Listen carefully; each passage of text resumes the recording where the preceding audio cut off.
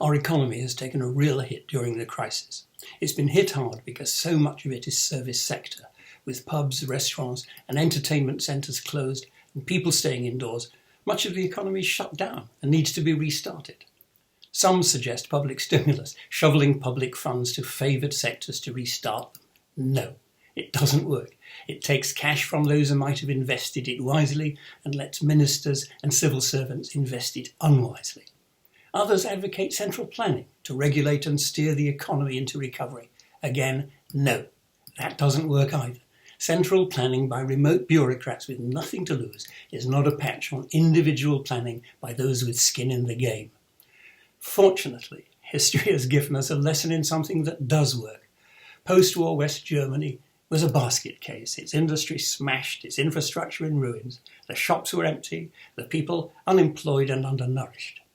Economics Minister Ludwig Erhard staged an economic coup over a weekend in June 1948. He abolished price controls, he introduced a new currency, the Deutschmark, he removed allocation and rationing regulations. He dramatically cut the top rate of income tax from 95%, first to 50%, and then to an effective rate of 18% for most earners. It is said he did it over a weekend when the Allied generals running Germany would be out playing golf. It became known as the bonfire of restrictions. He exceeded his authority, but he got away with it. The commanding US general called him on Monday to report that his economic advisors were telling him these moves were very dangerous. Erhard replied, "That's what mine say." It worked with astonishing rapidity. The shops began to fill from the Monday as farmers thought produce now was selling at market prices instead of the fixed low ones. People began to go to work. Now they could keep most of their wages. Industrial production was up 50% by Christmas, and the economy never looked back. It became the German economic miracle and made West Germany an economic powerhouse, while the UK languished under regulation, rationing and state controls. It points a way forward for the UK after the epidemic.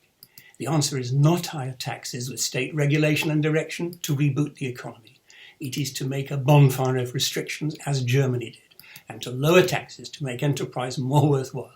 It is to remove the barriers that limit and dampen the entrepreneurial spirit, just as Erhard did, and to get the freedom economy to kickstart itself by seizing and developing the opportunities created. It is to recreate here an economic miracle that has proved in practice that it works.